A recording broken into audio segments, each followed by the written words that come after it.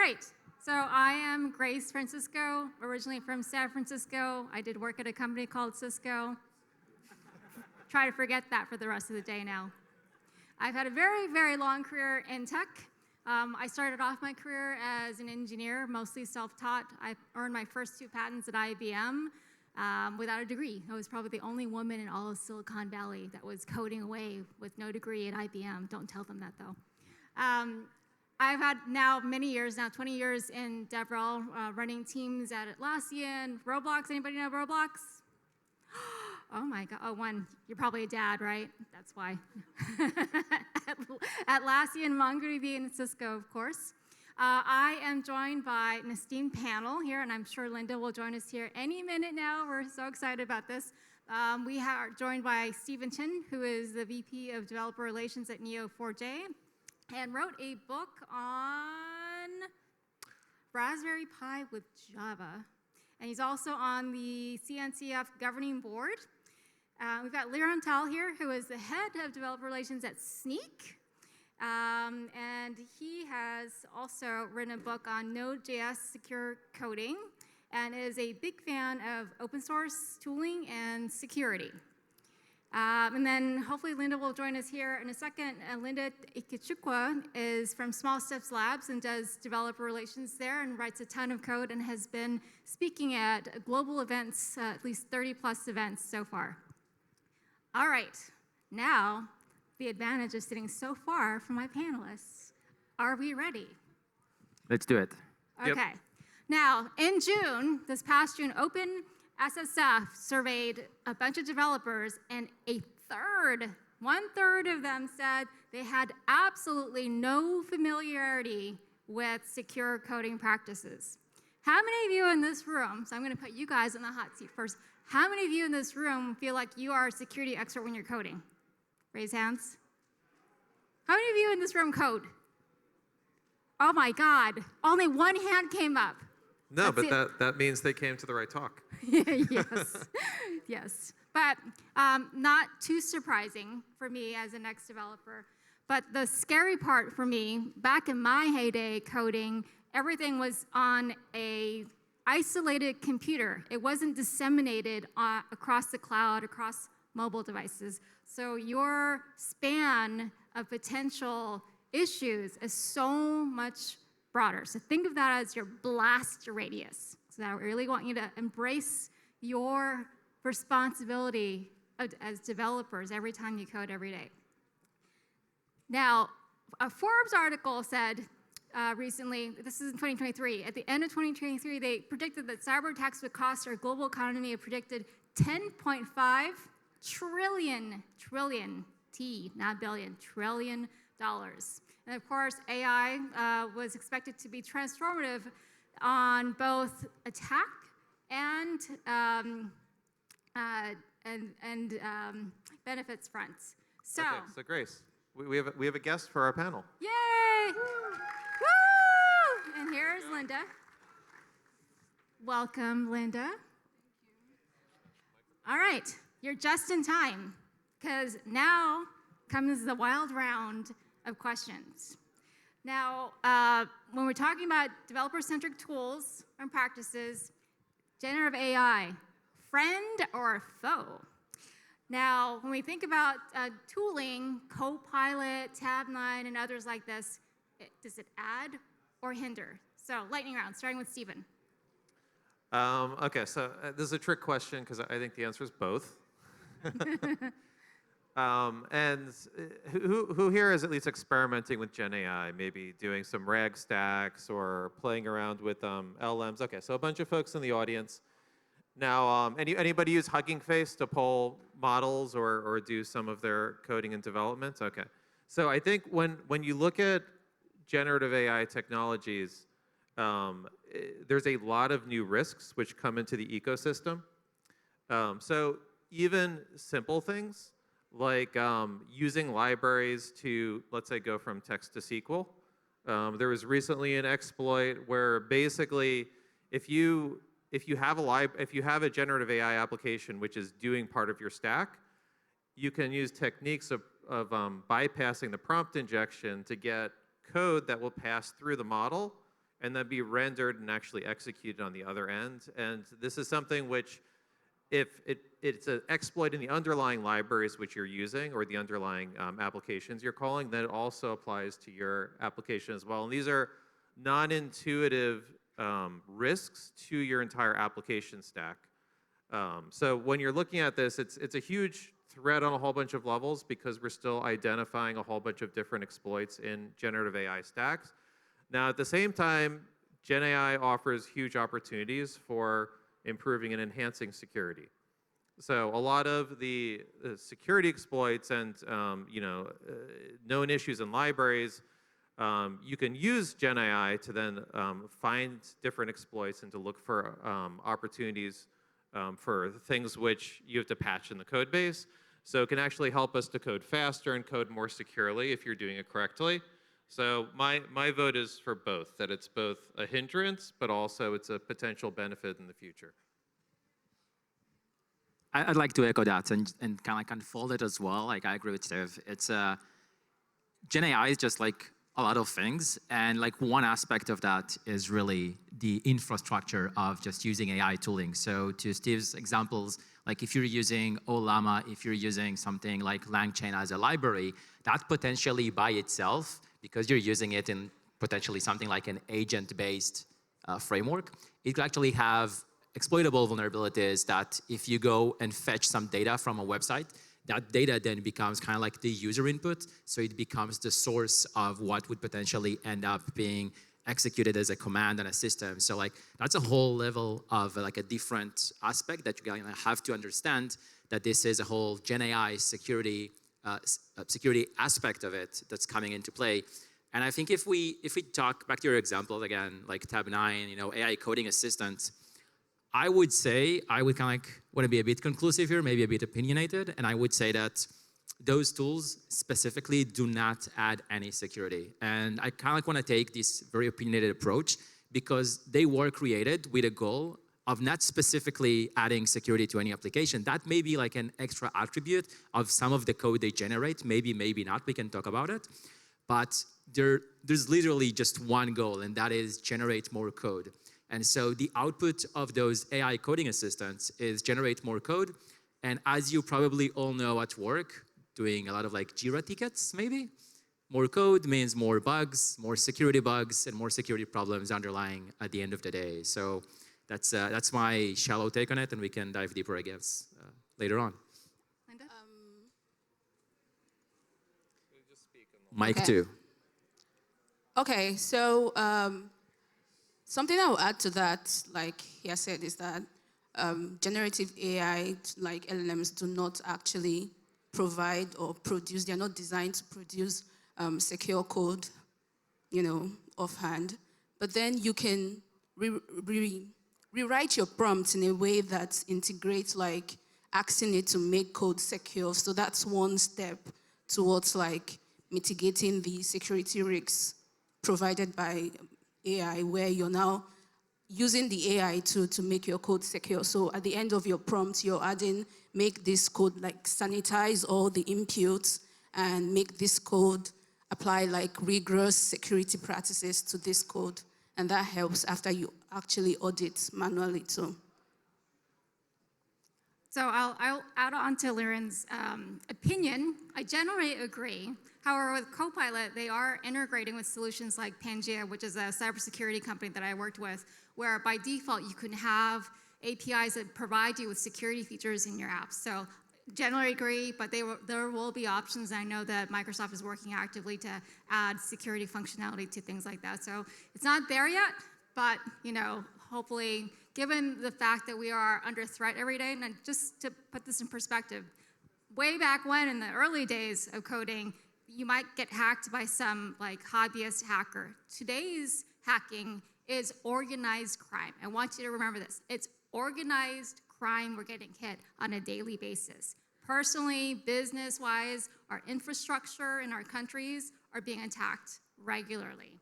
And behind that is often code that was left insecure. So it's our communal responsibility to try to really hone down on that and make sure that we're doing as much security practices in our daily practices as developers as much as possible. So that's my PSA for today. The role of open source. I know that many of you on the panel love this topic. What are the security implications of open source components, and how does GenAI help or hinder with that? Maybe I'll start with Liran this time. Yeah, let's do it. So again, there's like multiple ways to unfold it. I would say I could give two maybe specific examples. One kind of like relates to the one before. So the way that we consume open source, whether that would be again LangChain or something like that, we have to consider the supply chain security risks of that package, of that library, and how that is used, and then understand that that's a component in our app that we're using, and it has to be secure and up to date. And there's another one which I think we all may be kind of like affiliated with as developers. So as a developer, if you want to download like a new package to do something, like maybe a crypto something, or like a fetch request for HTTP request or something like that, you would normally go to perhaps like the registry, Google it out, find that it has like 1 million downloads, say, all right, this is cool, I'll use it, and download it. Now, we can talk about whether that's a secure way to vet your packages or not, but I'll put that aside and say there's now a whole different way of doing things, which is you ask the AI, hey, I need you to like build this Node application, it has to do this and that, and you get a whole slew of code in it, right? Like Claude gives you, npm install something, pip install something. The thing is, some of those results, some of the time, hallucinate, right? So the package it would give you to install something like the ArangoDB, for example, might actually not exist. It really just hallucinated the whole package. And there's specifically a research done by a security company who did that flow. And I'm calling out ArangoDB as one of them because the AI, like it was ChatGPT in one of those cases, we just gave 3 different ArangoDB packages to be installed. One of them was not a real one. So if you actually go in and try to install it, it would not exist. But if someone thinks about it from like the attacker perspective, from the malicious actor perspective, they would actually be able to kind of like reverse engineer that whole thing and say, all right, maybe it will hallucinate like ArangoDB with a dash, with an underscore, with like different permutations. I'll go ahead, populate the PyPI registry and add all of those packages there with malicious code. And then when some developer goes ahead, does copy paste to their terminal from ChatGPT responses, they'll get my package, and there we go. That's like game over because we're already on the developer machine installed. Like that's an open source related aspect of how we consume those packages and those advice from ChatGPT and Code Assistant and all of those different tools that we interact with as developers in this kind of like GenAI era. So that's one example, I think. Yeah, I think he has covered like exactly my point, and which is why I'm always rooting for like self-auditing when using GenAI tools. So, audit every external input, every external output, every external links. Check it first before imputing it into whatever your code or whatever. So that's always my solution for like introducing insecure code. Yeah. Stephen? Yes, I think that was a really good example of, like Liran mentioned, about how you have Copilot and things which are using actually hallucinate, and they can produce packages which don't exist. There's another area in model development where we also have a huge additional risk, which is when you're building models or when you're using models from open repositories like Hugging Face. Those models themselves are potentially areas where you can get exploits which will directly target you. They've actually done a lot of work to patch a lot of or look for a lot of the common vulnerabilities with unpickling Python libraries where you get malicious code, or making sure that you're not downloading libraries that will execute malicious code. But there's still exploits where researchers are finding other mechanisms to get around those protections using RunPy or other ways of executing code locally.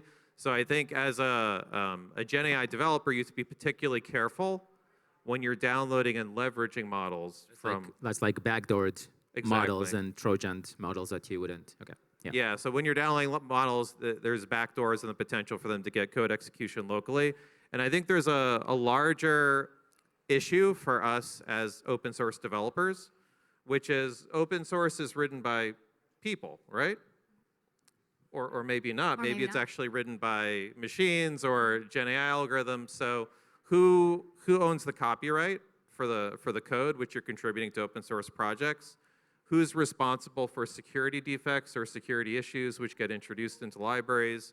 And so a lot of open source projects are kind of going through and reevaluating their submission policies and their licensing, because now you have a lot of people contributing code which is AI assisted, and there's a lot more questions about the ownership of that code, but also the security of the code, because machines can generate code a lot faster than we can review and make sure that it meets our security guidelines.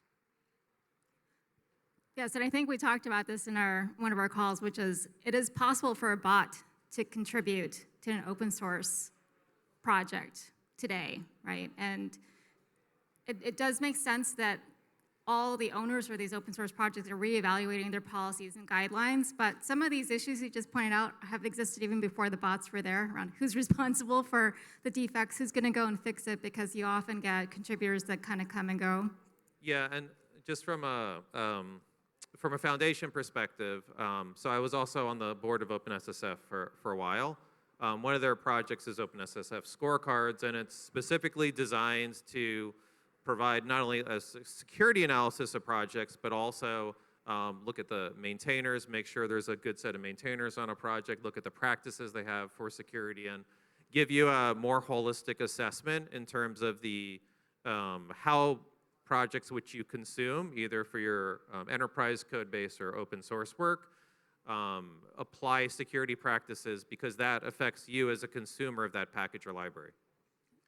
I would like to, oh, go ahead. So I actually have a question for Stephen. Is it okay if I ask it? Yeah, you just mentioned the conflict of like code ownership with Gen AI, and I think my question, maybe someone in the audience even has, is are there like licenses that would like open source projects should adopt, considering like the rise of Gen AI contributed code? Is there like a particular license that mitigates the confusion of like code ownership? Yeah, so like the question of licenses and copyrights and those things, I think is very challenging. So existing licenses, what they assume is they assume when you contribute, you own, and like what you're contributing is your own work and your own property. If, for example, you plagiarize code, so if I took another code snippet which I didn't write, and I submitted that to a project, that would be like a misrepresentation of the code ownership. Now, GenAI makes this a lot trickier, because it's trained off a huge set of data. It's trained off open source libraries, it's trained off projects on the web, it's trained off this huge set of source material. It's been shown that you can actually get GenAI algorithms to almost literally spit out code snippets of code which is under a potentially conflicting license. And at least from a project standpoint, it's very tricky, because when you get code, you're not sure if it actually represents an individual's contribution or it represents something which is kind of mined from the greater internet. Now, I think the legal jury's still out on this. I mean, how these things typically work is somebody actually has to file a lawsuit, and then like there will be legislation, and that's how the law gets set around it.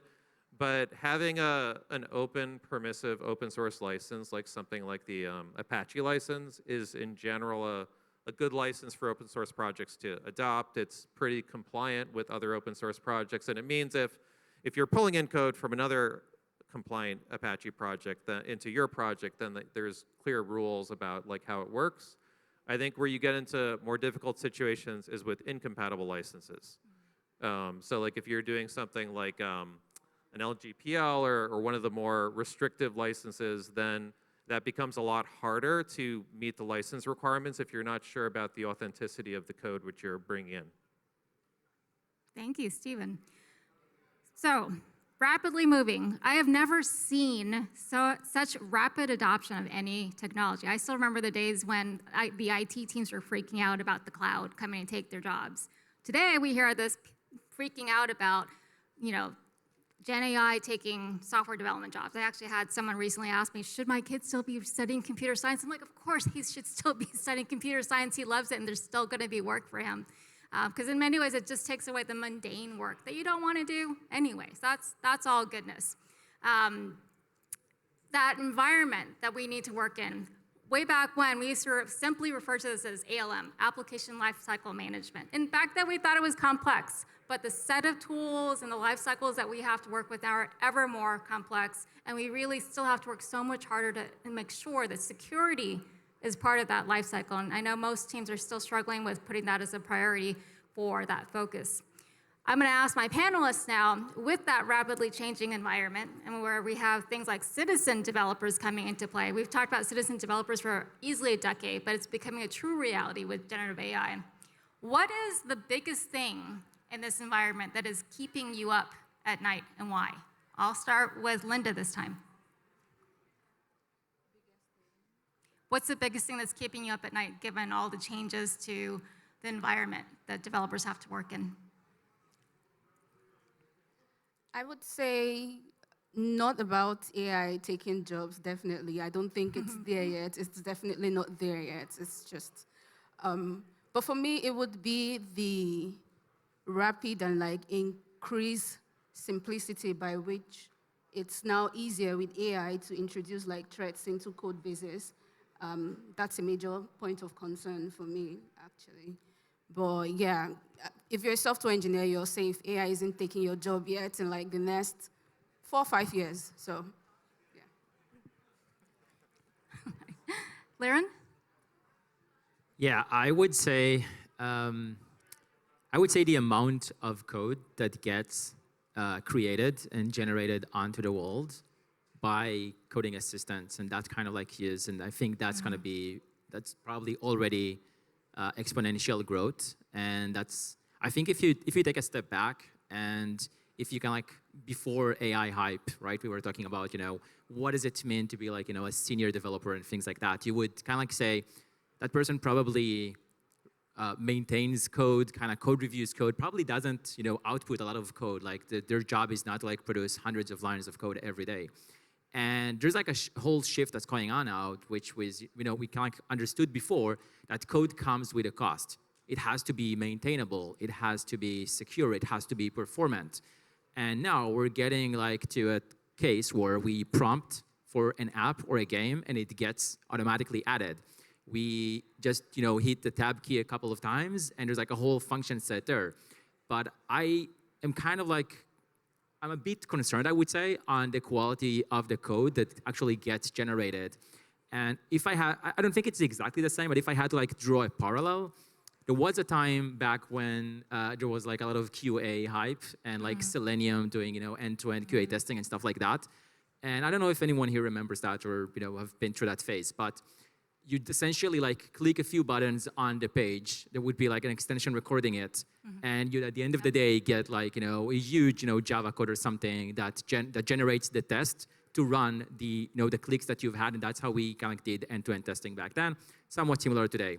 The thing is, it produced something that worked, but it wasn't maintainable. So anytime something on the code and the website changed, a CSS select or something else, a button moved places. If you'd had to go to the code that recorder, that Selenium thing produced and change it, this would be hundreds of lines of code of something that's not even readable. It's not really maintainable. So I would say, I think the concern, I think there's a solution for that, but I would say the concern is, what is the amount of maintainable quality code that you all would be happy to receive from an LLM that gets deployed on an airplane that you'll fly out tomorrow with that code deployed in? What makes you sleep at night if that happens? So that's where it's at. Stephen? Yeah, I want to expand on that a little bit, because I think that what most of us see and use for LLMs today, it's code assistive, or it's searching the web or getting quick answers from ChatGPT. But if you can imagine, those systems are now being taken and applied by a lot of us to enterprise systems, to aircraft maintenance, to supply chain, to fraud detection. Now you have systems which are really designed for creative tasks, for generating things quickly, for building things, which are now being applied to problems which have a very low tolerance for not giving accurate answers back. And I think this is a huge risk in the future unless we get more accurate models, especially for enterprise data. We have a better way of explaining the results coming out of this. And we know that the systems we're building can't easily be exploited, either intentionally or unintentionally, just producing errors in critical systems. So I think what keeps me up at night is we're actually taking and applying technology where the risk in general to critical systems is very high. And we really need some sort of more advanced or more specialized system, maybe using knowledge graphs or using some other technique where we can get more accurate answers out of generative AI technologies which apply for a business context. Thank you. And I know I've been seeing a lot of threads online about the huge gap we have around testing practices, right? When we're doing any of this work now. Oh, and I wanted to add one thing on the developers losing their job. So I have a different opinion on this. Please which share. Is how many folks in here have their own startup today? Okay, so I think if we come back to InfoBip 5 years from now, with using code-assistive technologies, like how easy it is to build new technologies and prototype an idea, I bet half the room here has their own startup, which you don't even need to get a VC to fund. Like you can just, in your evenings and weekends, or take a few months off work, you can actually build usable, complete applications with the power which generative models allow you to do. You don't have to hire employees either, just use Devin or whatever agent, right? So that's my prediction is we don't have fewer developers, we have a lot more code. That's a great prediction. Now, with the few remaining minutes that we have, my last question for each of you is, out of this session, this rapidly changing landscape with generative AI and security issues, what is the one thing you're going to ask the folks in the room to go and do, and people who are listening online, what do you want them to walk away and go and do as an actionable step? Starting with Liran.